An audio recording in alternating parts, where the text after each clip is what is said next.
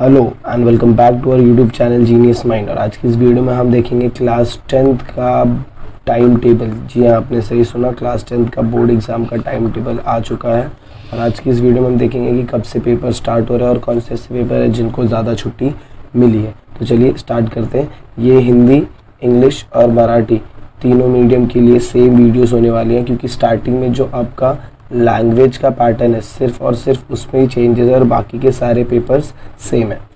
तो अगर स्टार्ट करें तो पेपर स्टार्ट हो रहा है 1 मार्च से, 1 मार्च 2024। इसमें फर्स्ट लैंग्वेज होगा, लेकिन फर्स्ट लैंग्वेज में मराठी और हिंदी इंक्लूडेड किया है, इंग्लिश इंक्लूडेड नहीं किया। अब ध्यान देना, जो इंग्लिश मीडियम के स्टूडेंट रहते हैं उनका फर्स्ट लैंग्वेज इंग्लिश रहता है, जो हिंदी मीडियम के स्टूडेंट रहते हैं उनका फर्स्ट लैंग्वेज हिंदी रहता है, और जो मराठी मीडियम के स्टूडेंट रहते हैं उनका फर्स्ट लैंग्वेज मराठी रहता है। तो यहाँ पर जनरली हिंदी और मराठी मीडियम के स्टूडेंट का एग्ज़ाम 1 तारीख से स्टार्ट हो जाएगा, और जो इंग्लिश मीडियम के स्टूडेंट है उनका एग्ज़ाम थोड़ा लेट स्टार्ट होगा।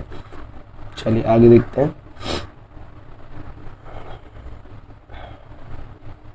ठीक है, यहाँ पर ये जो 2 मार्च का पेपर है ये किसी के लिए नहीं है, ना इंग्लिश हिंदी मराठी। ये बहुत अलग तरीके का ये पेपर रहता है, जिसके अंदर ऐसे स्टूडेंट्स रहते हैं जिन्होंने कुछ नहीं लिया है इंग्लिश हिंदी मराठी में से, उनके लिए, जैसे mechanical technology, appliances technicians, cultivator, ये अलग ही सब्जेक्ट है। सोलिनेशियस क्रॉप का है, फिर टूरिज्म एंड हॉस्पिटैलिटी है, तो ये हमारे काम का नहीं है।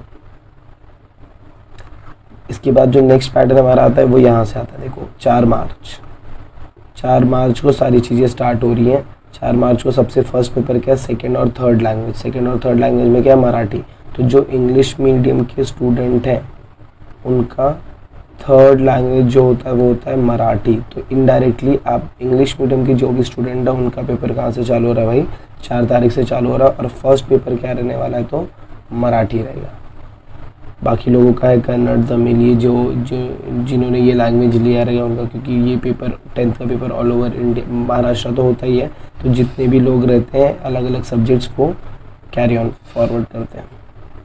और यहीं पर संयुक्त भी है कंपोजिट कोर्सेज के, जो मराठी कंपोजिट वाले हैं उनका भी पेपर यहीं पर होगा 11। जैसे मराठी एक होता है मराठी एंटायर, एक होता है मराठी कंपोजिट। तो मराठी एंटायर का भी पेपर 4 तारीख को और मराठी कंपोजिट का भी पेपर 4 तारीख को होगा। ये होता है 7 मार्च को भी नेक्स्ट पेपर जो होगा वो होगा फर्स्ट लैंग्वेज। देखो फर्स्ट लैंग्वेज दिया इंग्लिश, मतलब इंग्लिश मीडियम का जो स्टूडेंट रहेगा उसका जो इंग्लिश का पेपर है वो कब है भाई, 7 तारीख को। उसका फर्स्ट पेपर है मराठी और सेकंड पेपर कौन सा है, इंग्लिश। और थर्ड पेपर कब है, देखो 9 मार्च को सेकंड और थर्ड लैंग्वेज, जिसके अंदर क्या है, हिंदी। तो आपका थर्ड पेपर जो रहेगा वो क्या रहेगा भाई, हिंदी रहेगा। और ये कब है, ये है आपका 9 मार्च को। सेकंड और थर्ड लैंग्वेज हिंदी कंपोजिट, जो भी कंपोजिट वाले हैं उनका भी पेपर यहीं पर है। हिंदी कंपोजिट के स्टूडेंट का भी पेपर कब है भाई, तो 9 मार्च को ही है। अब इसके बाद आते हैं नेक्स्ट, जो मेन चीज़ें हैं वो यहाँ से स्टार्ट होने वाली हैं। फिर इसके बाद आती है छुट्टी। 11 मार्च को आपका कोई पेपर नहीं है, क्योंकि आपका इंग्लिश हो गया, हिंदी हो गया और मराठी। एक पेपर 4, एक पेपर 7, एक पेपर 9। अब 9 के बाद आपका पेपर सीधा रहेगा 15 तारीख को, मतलब बहुत बड़ा गैप मिलता है आपको। सॉरी 13 तारीख को है, 4 दिन का गैप आपको यहाँ पर मिलता है। अच्छा, तो यहाँ पर ये जो 13 मार्च है, 13 मार्च को देखिए सबसे फर्स्ट पेपर है अलजेब्रा। मेन लड़ाई तो यहाँ से शुरू होती है भाई। फर्स्ट पेपर क्या है, अलजेब्रा। ये कब है, 13 मार्च को है। इसके बाद ये जो अरिथमेटिक नीचे आप देख रहे हैं ये आपके लिए नहीं है, ये दिव्यांग कैंडिडेट्स, मतलब ऐसे कैंडिडेट्स जो थोड़े से, या फिर आप बोल सकते हैं कि मेंटली थोड़ा सा वीक होते हैं, या फिर उनके बोलते ना हैंड्स नहीं प्रॉपरली वर्क होते, डिसेबल्ड जो स्टूडेंट्स रहते हैं उनके लिए ये रहता है। आपके लिए ये नॉर्मल है। इसके बाद 15 मार्च को जो पेपर होने वाला है वो है ज्योमेट्री का पेपर। 15 मार्च को भाई क्या है, ज्योमेट्री का पेपर है। 13 मार्च को क्या है भाई, तो अलजेब्रा का पेपर है। इसके बाद फिर से एक दिन का छुट्टी है 17 को, और 18 मार्च को जो पेपर है वो साइंस 1। 18 मार्च को जो पेपर है वो आपका कौन सा है, साइंस 1 का पेपर है। उसके बाद 20 तारीख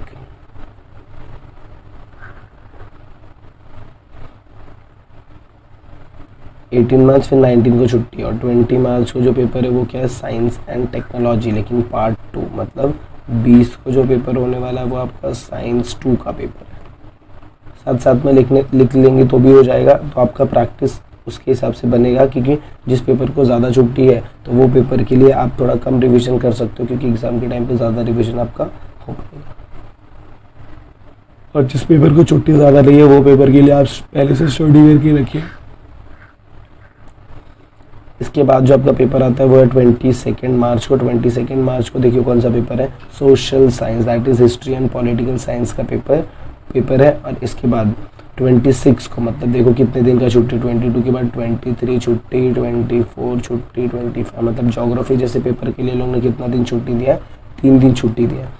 तो यहाँ पर ये 22 को हो गया और ये हो जाएगा 26 को। अगर पूरा का पूरा टाइम टेबल बनाए फॉर इंग्लिश मीडियम स्टूडेंट, बाकी सारे स्टूडेंट्स के लिए भी सेम है, इंग्लिश, हिंदी और मराठी मीडियम के स्टूडेंट्स, तो सिर्फ और सिर्फ पैटर्न में जो बदलाव है वो सिर्फ यहीं पर है। क्या बदलाव है तो देखो, खाली इनका जो हिंदी का पेपर रहेगा, लैंग्वेजेस के पेपर रहेंगे वो चेंज होंगे। लैंग्वेजेस के पेपर में सिर्फ और सिर्फ चेंजेस होगी। फर्स्ट इंग्लिश मीडियम का फर्स्ट लैंग्वेज का पेपर कब है तो 4 तारीख को। 4 तारीख को पहला पेपर कौन सा है तो मराठी है। फिर है पेपर 7 तारीख को। 7 तारीख को जो पेपर है वो कौन सा भाई तो इंग्लिश। उसके बाद 7 के बाद सीधा 9 तारीख। 9 तारीख को जो पेपर है वो क्या है हिंदी। अब ये हिंदी में एंटायर भी है प्लस कंपोजिट भी है, मराठी में एंटायर भी और कंपोजिट भी है। इसके बाद जो कहानी चालू होती है सीधा 13 मार्च को सबसे फर्स्ट पहला पेपर जो है वो आपका क्या है अलजेब्रा।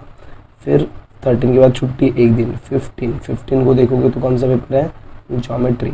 फिर एक दिन छुट्टी, 15, 16, 17 2 दिन छुट्टी है। फिर 18 को जाओगे, 18 को जो आपका पेपर है वो आपका है, अच्छा ये ज्योमेट्री है, ज्योग्राफी नहीं, साइंस 1 का पेपर है 18 को। फिर 19 को छुट्टी, 20 को जाओगे तो साइंस 2 का पेपर है। फिर 22 को जाने का, एक दिन का छुट्टी है। 22 को पेपर किसका भाई तो हिस्ट्री। और 26 को जो पेपर होने वाला है वो आपका कौन सा है ज्योग्राफी। तो आई होप आपको ये प्लानर पूरा पता चल गया कि बोर्ड एग्ज़ाम का डेट्स और कैसे एग्ज़ाम्स होने वाले हैं। इसके हिसाब से आप अपनी प्रिपरेशन को और स्ट्रॉन्ग कर सकते हैं। जो भी चैप्टर्स आपके नए हुए हैं उसके हिसाब से आप छुट्टियां देखकर आप प्लान आउट कर सकते हैं कि एग्ज़ाम के टाइम पे मार्च के महीने में आपकी प्रिपरेशन कैसे होने वाली है। देखो 1 महीना और आपको क्या मिल गया, बोनस मिल गया, क्योंकि इसके बीच के जो छुट्टीज़ है, हॉलीडेज़ है, इनको आप यूटिलाइज़ कर सकते हो। जैसे यहाँ पर छुट्टियाँ ज़्यादा है, फिर 9 से 13 के बीच में देखो गैप ज़्यादा है, तो 9 से 13 के बीच में गैप ज़्यादा है, तो आपको सिर्फ अलजेब्रा प्रैक्टिस नहीं करना है। 9 के बीच में कितने का गैप है देखो, 10 है, 11 है, 12 है और फिर 13 को आपका पेपर है। इसका मतलब 1, 2, 3, ये 3 दिन में आपको क्या करना है, ये 13, 15 और 18, ये अलजेब्रा, ज्योमेट्री, साइंस 2, इसमें जो आपका हार्ड सब्जेक्ट है उसका भी रिवीजन आपको यहाँ पर करना है। ये नहीं कि सिर्फ यही लेके बैठे रहो। और यहाँ पर भी छुट्टी ज़्यादा है, देखो 4 के बाद आपका जो पेपर चालू होगा वो सीधा 7 को है, मतलब 5, 6 2 दिन का छुट्टी। 2 दिन में इंग्लिश की आप प्रैक्टिस कर सकते हो, उसके साथ साथ आपका जो भी यहाँ पर डिफ़िकल्ट सब्जेक्ट है उसको भी कैरी फॉरवर्ड कर सकते हो। तो आई होप आपको ये पैटर्न पूरा का पूरा टाइम टेबल समझ में आया। और चाहिए तो आप ये वाला जो लास्ट वाला सेक्शन है इसको आप लिख के रख लीजिए और इसको पेपर में स्टिक करके अपने जहाँ पर आप पढ़ने बैठते हैं वहाँ पर स्टिक कर दीजिए। तो मिलते हैं अगली वीडियो में कुछ ऐसी नई इन्फॉर्मेशन और चैप्टर्स के साथ। हमारे इस चैनल पर अगर आप देखेंगे तो आपको हर एक चीज़ की वीडियोस मिल रही हैं। 4 मार्क्स का क्वेश्चन मैं स्टार्ट करने वाला हूँ जो अलजेब्रा और ज्योमेट्री के लिए होगा। साइंस के इंपॉर्टेंट क्वेश्चंस आ गए हैं। साइंस का डायग्राम आने वाला है, कौन से डायग्राम के क्वेश्चन इंपॉर्टेंट है। तो प्लीज़ अगर आपने अभी तक चैनल को सब्सक्राइब नहीं किया तो चैनल को सब्सक्राइब कर दीजिए और वीडियो को शेयर नहीं किया तो वीडियो को शेयर कर दिए। मिलते हैं अगली वीडियो में कुछ ऐसे नए कंटिन्यूएशन के साथ। तब तक के लिए have a good day and take care.